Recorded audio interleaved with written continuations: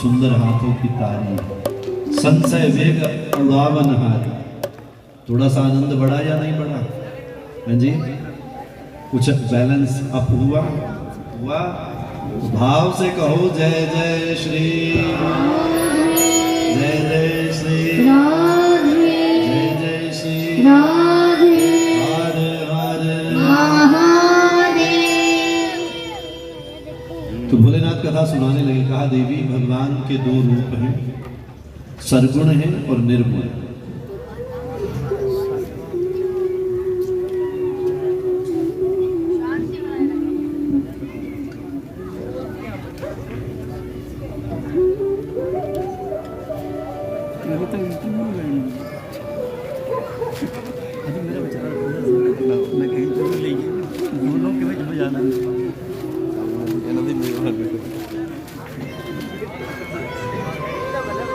तो प्यारे भोलेनाथ कहते देवी भगवान के दो रूप हैं, जरा ध्यान दें। श्री राम जय राम, श्री राम जय राम। मैं तो पूछ रहा था क्या क्या बनवाया है आज। राम जी का जन्मोत्सव है ना, तुसी ना इंटरेस्ट ले बड़ा। श्री राम जय राम। तो प्यारे भोलेनाथ ने कहा देवी भगवान के दो रूप हैं, सगुण ही अगुण ही नहीं कछु भेदा। के सरगुण रूप भी है, निर्गुण रूप भी। और उस सरगुण निर्गुण रूप में गावे ही मुनि पुराण बुध वेदा। तो जिसको जैसे ठीक लगता है वो गाता है। वेदों ने अपने तरीके से गाया, पुराण अपने तरीके से गाते हैं, लेकिन भगवान कैसे है? आदि अंत को जा सुना पावा, जिसका आदि अंत किसी को नहीं पता। श्री राम जय राम। और मति अनुमान निगम अस गावा, कि मति के अनुरूप पुराण वेद गाते हैं, महाराज शास्त्र गाते हैं। पर भगवान कैसे हैं? थोड़ा पीछे। भगवान कैसे हैं कि बिन पद चले सुनई बिन काना। जो बिना पैरों के चलते हैं, बिना कानों के सुनते हैं। और प्यारे भोलेनाथ ने कहा देवी हरि अनंत है और हरि की कथाएं भी अनंत है। बड़ी सुंदर चौपाई है।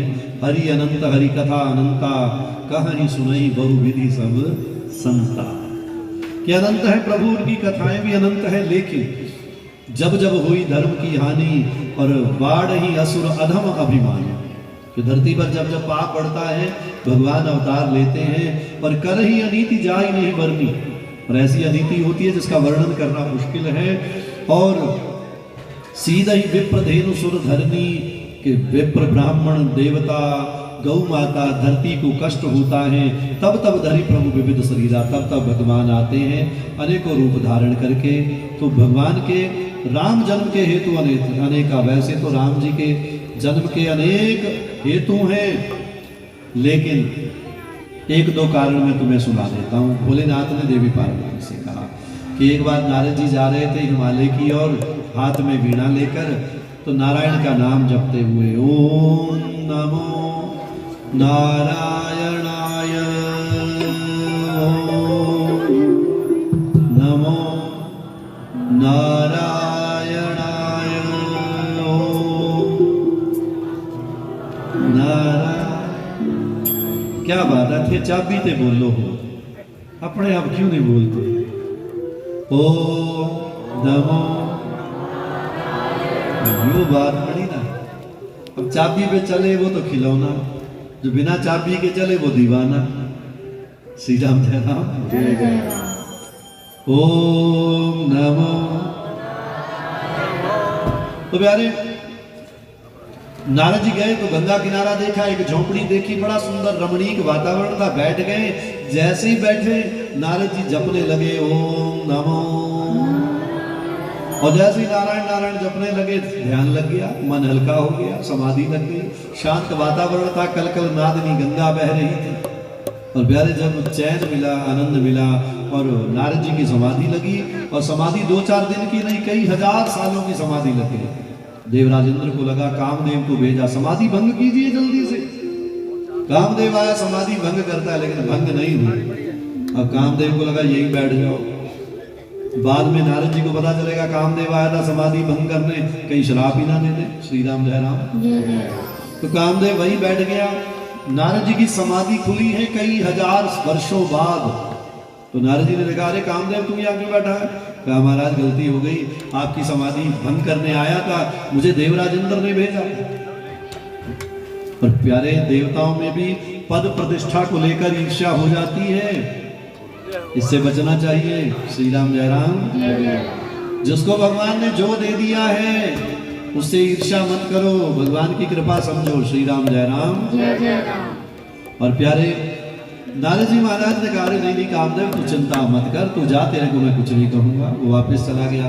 अब नारद जी उठे, वहां से आते हैं वीणा बजाते हुए, और पहुंचते कहाँ है? रास्ते में सबसे पहले आ गया कैलाश पर्वत, भोलेनाथ का घर।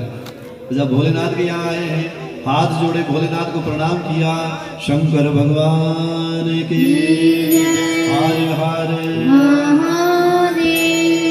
तो भोलेनाथ को प्रणाम किया नारद जी। भोलेनाथ ने कहा, अरे नारद जी तुम यहाँ कैसे? नारद जी ने कहा, महाराज जा रहा था, हिमालय में गया था महाराज घूमने के लिए, वहां बड़ा सुंदर रमणीक वातावरण था, और मैं वहां महाराज भजन करने बैठ गया, समाधि लग गई, और महाराज कामदेव आया समाधि भंग करने। तो भोलेनाथ ने कहा, फिर महाराज समाधि भंग नहीं हुई।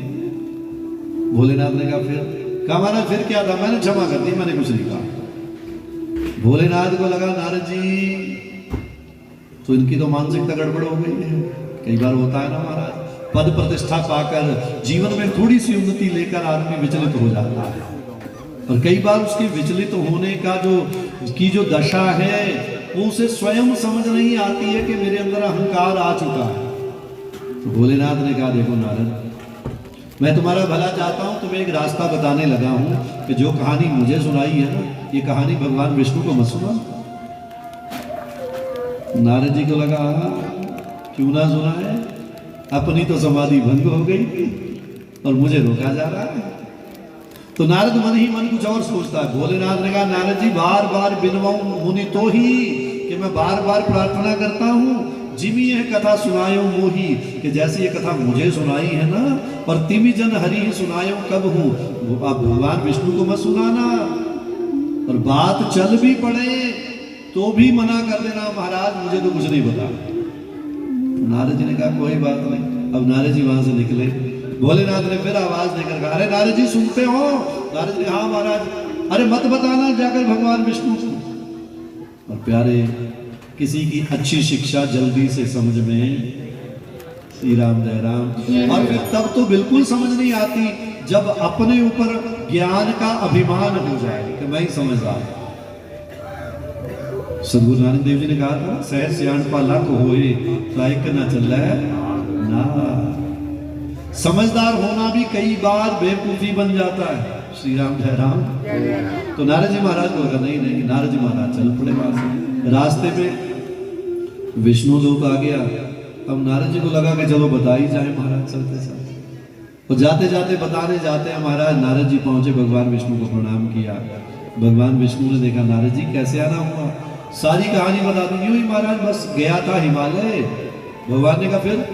कहा महाराज वहां मैं बैठ गया भजन करने। भगवान ने कहा, फिर? महाराज समाधि लग गई। भगवान नारायण ने कहा, फिर क्या हुआ? कहा महाराज वहां कामदेव आया समाधि बंद करने।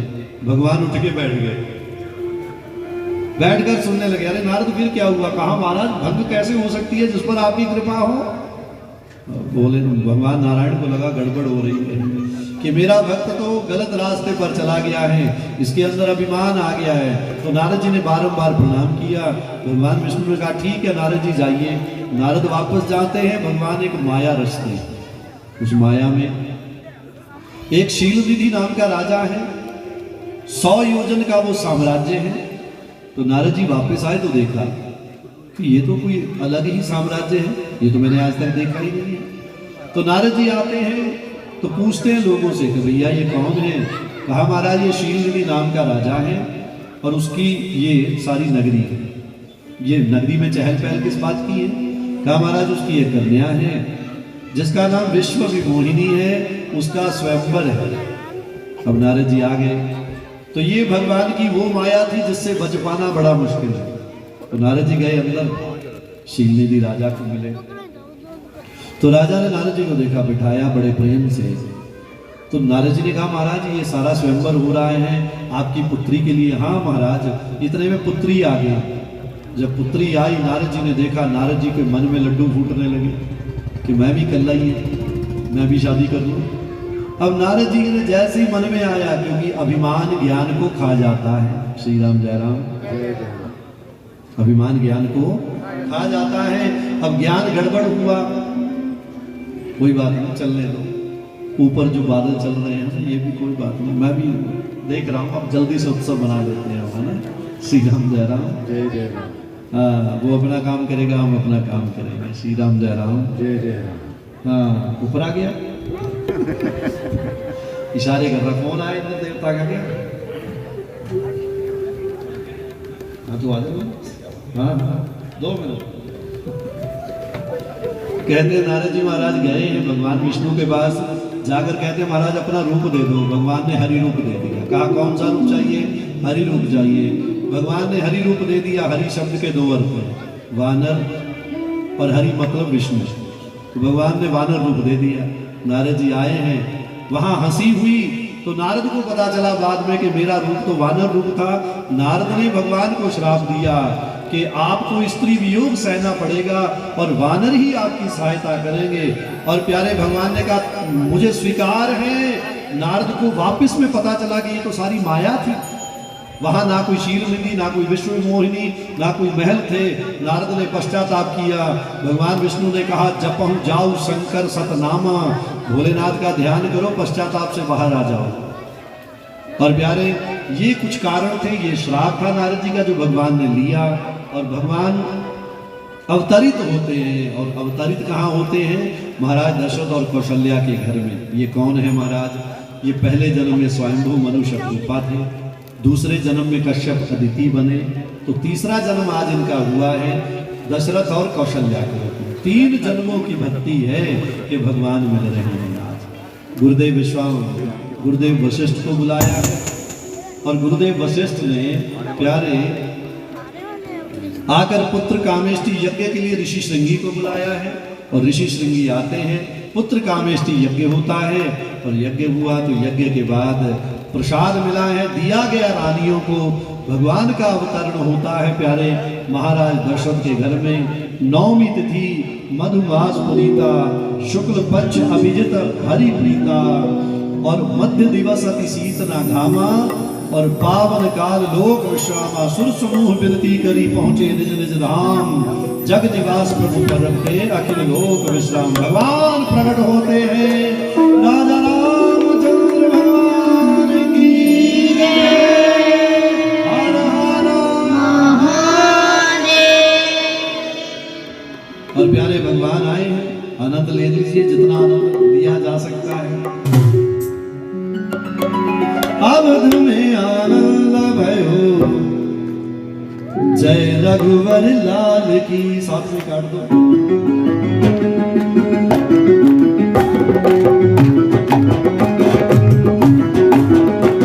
अरे अवध में आनंद भयो, जय रघुवर लाल की। अवध में आनंद भयो, जय रघुवर लाल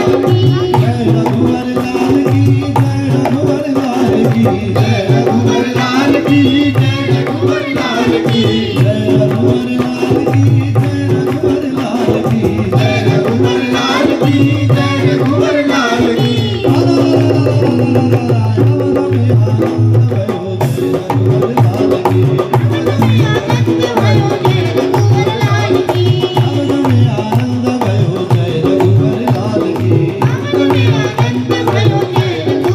रघुवर लाल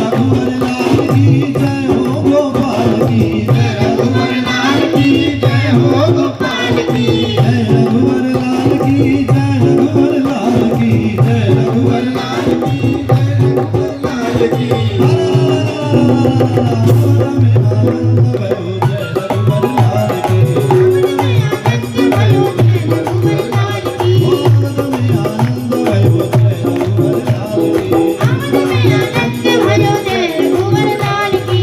सबको भगवान के जन्म की बधाई हो। आपकी आवाज अयोध्या तक जानी चाहिए। बधाई हो, बधाई हो। अवध में आनंद भयो जय रघुवर लाल की।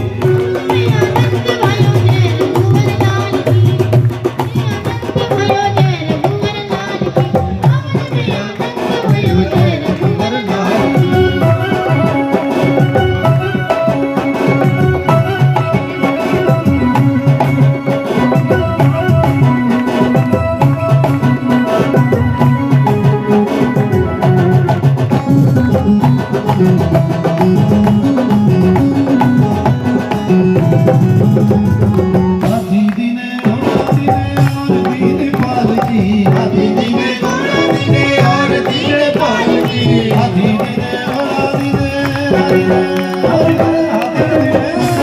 हाथी दीने घोड़ा दीने हाथी दीने घोड़ा दीने और दीने पाल की। हाथी दीने घोड़ा दीने और दीने पाल की। हाथी दीने घोड़ा दीने और दीने पाल की।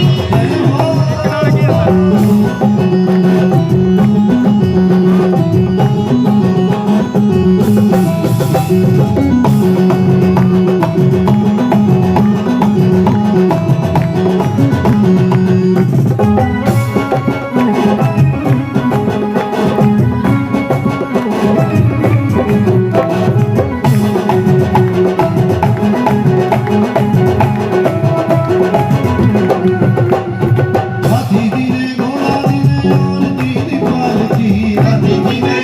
दीने और दीने पाल की। हाथी दीने घोड़ा दीने और दीने पाल की। हाथी दीने घोड़ा दीने और दीने पाल की।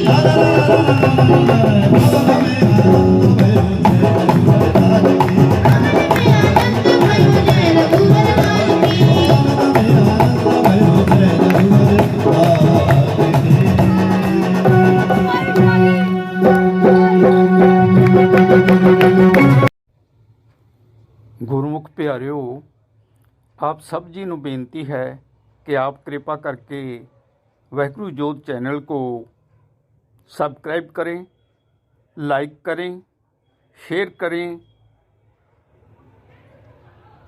सेव करें एंड कमेंट भी करें। आपकी बड़ी मेहरबानी होएगी। आपका एक एक लाइक हमारे लिए मोटिवेशन का काम करता है, तो आप लाइक सब्सक्राइब ज़रूर करें।